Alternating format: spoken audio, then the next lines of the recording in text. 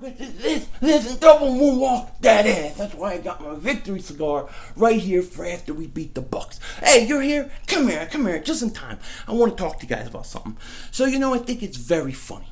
I think it's very funny that every week before we play, even going back to late in the season last year, all I hear is how our team is overrated, how we're not that good, how we're going to have a reckoning this week when we play these teams. And then after we beat them, all I hear is, well, you beat us because this guy's injured or this guy's out or, Super Bowl, Malcolm Butler didn't play, the Dallas Cowboy fans all season. Well, if we had Zeke, we would have won the division. It would be a different story. You lucked into it. Yeah, we lucked into it.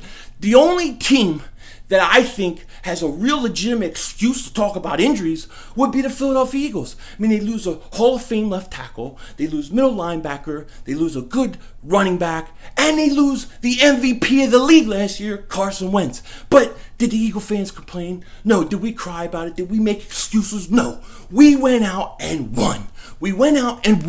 And you know what we did? We weathered the storm. And all those people in those hurricanes, they're all weathering the storm right now. Sometimes that's what you have to do, in a season. You have to weather the storm. And the Eagles, we don't cry, we don't complain. We get up there and we do it. So my question to the rest of the league is this. If you can't beat us with our backups, how are you going to beat us when the sheriff comes back?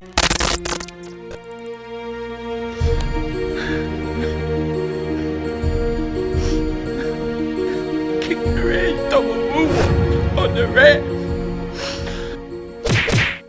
Yo, everybody, how you doing? King Dingbat here. So we are a few days away from Eagles vs. Buccaneers. Happy Friday to all of you. I hope you're having a wonderful day. Now, there's a lot of people who are being affected by this hurricane right now. I've had a lot of messages saying, hey, I may not be around for a while. You may not hear from me because we're in the path of the hurricane. We're going to have to go. So to all of you guys, take your time. Be safe. You guys are all in my thoughts and prayers. And I just appreciate that you would even reach out to me to let me know what you're going through, and you're definitely in my family's prayers. Get home safely. So just as many people in the path of this hurricane have to weather the storm, have to just try to get by, that often happens in sports. You have a team that has to get by for whatever reason. Maybe they're facing a lot of injuries or whatnot, and they just have to weather the storm. Now, the Philadelphia Eagles are one of those teams right now. They are coming back from winning the Super Bowl, which is great, but they had a lot of guys that had surgeries late,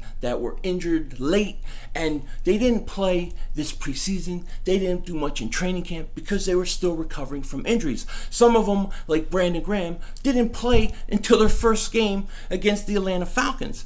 But what the Eagles did against the Falcons was they weathered the storm. They weathered the storm and they came out with a W. Now, this is so important because if the Eagles can weather the storm early, and then you get guys like Alshon back, Carson back, the truth of the matter is if you can't beat the Eagles with their backups, how are you going to beat them with their starters? It just doesn't make any sense. The Eagles are ridiculously good, okay? They're good. And people haven't fully embraced this concept. I think a lot of people in national media, I think a lot of fans of other teams don't appreciate what the Eagles have gone through in terms of injuries and what they've been able to do, constantly finding ways to win. Now, this game with the Buccaneers is very important. This is a very important game. It's even more so important than week 3 and week 4. Let me explain. Now, when I do a season prediction, right? Like I'll do a season prediction video early on. I'll look at all 16 games. But once the season starts, I break it up into quarters. So right now, all I'm focusing on is the first 4 games. Now, if I was a player or a coach, I would only focus the game at hand. But because I'm a fan, I focus on the first 4 games. And I look at this team and I say, if they can start 4-0, 3-1 at the worst, but 4-0, okay, then the rest of the league is in trouble. The rest of the league is in trouble. Now, that Atlanta Falcons game, I thought, was the toughest of the 4 games they were going to have. And it was a tough game because Atlanta is a good team. But now, the second biggest game that they have in the first 4 games is this Tampa Bay game. You see, if you lose to the Colts, if you lose to the Titans, they're out of conference losses. They don't hurt you as much.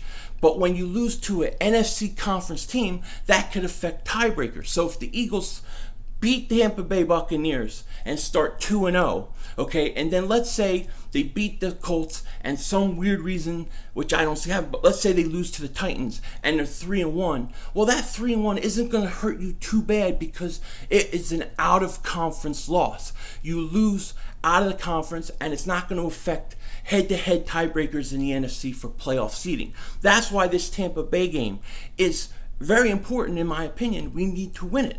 So the Eagles not having Carson Wentz this week, not having Alshon Jeffrey, and now Darren Sproles is out, they're going to have to weather this storm because Alshon is a big factor on this team. He does a lot for this team. And then we know how special Carson Wentz is. Carson Wentz is very special, you know. I mean, but the truth is, guys, like I've been watching the Eagles a long time, just as many of you guys have. I mean, my first memory of loving the Eagles, which, you know, my family, they're all from the area. They're all Eagle fans.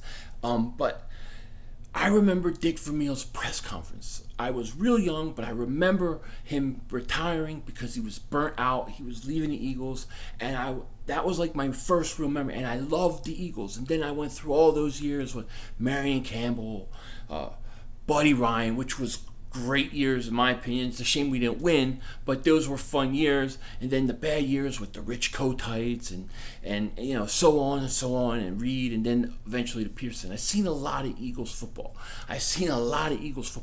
And this team here is special.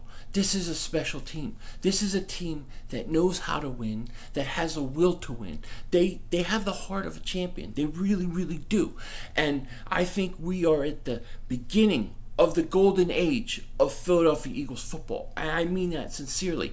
Carson Wentz, like I've said many times, is a generational talent. And I think in 3, 4, 5 years, he is going to be one of the two faces of this league. I don't know who the other one will be, but Carson is definitely going to be one. Maybe Deshaun Watson, maybe somebody like that.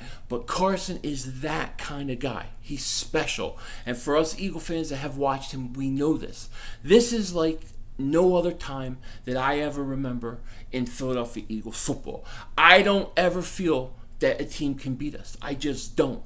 I feel like we're that good and we're that much on the rise. And I think that after this season's over, a lot of people are going to have to realize and show the proper respect that we should have gotten after the first Super Bowl. Because I don't think people have given it to us. I think they act like we just fell into it. It fell into our lap. I don't think so. I think we're at the start of a golden era in Philadelphia Eagles football. And I'm going to love every minute because I've seen a lot of heartbreak. I remember some of the hardest moments of being Eagle fans. One of them, by the way, was against the Tampa Bay Buccaneers when we lost that NFC Championship game at home, the last game of the vet.